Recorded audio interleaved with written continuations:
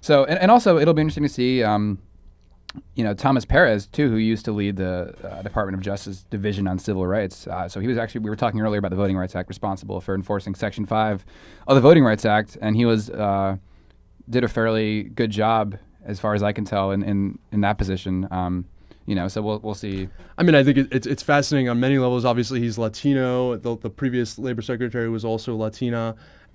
This is, if the labor movement in this country has a future, I think it's fair to say that Latinos will be a major, major part of it. I mean, I know that the Service Employees International Union, one of the largest unions in the country, if not the, no, it's not the largest, but it is 40% Latino. This is the folks that are the emerging, middle class, and that's why unions have been so instrumental in the immigration reform fight.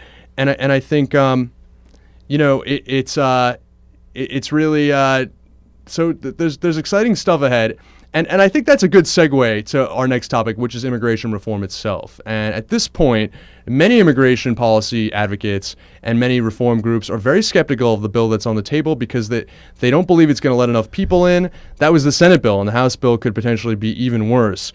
Coming up next, we're going to talk with Lizbeth Mateo. She is one of now 8 dreamers, people that came to the United States in an unauthorized fashion as young people and have now lived most of their lives here, who have essentially self-deported to Mexico.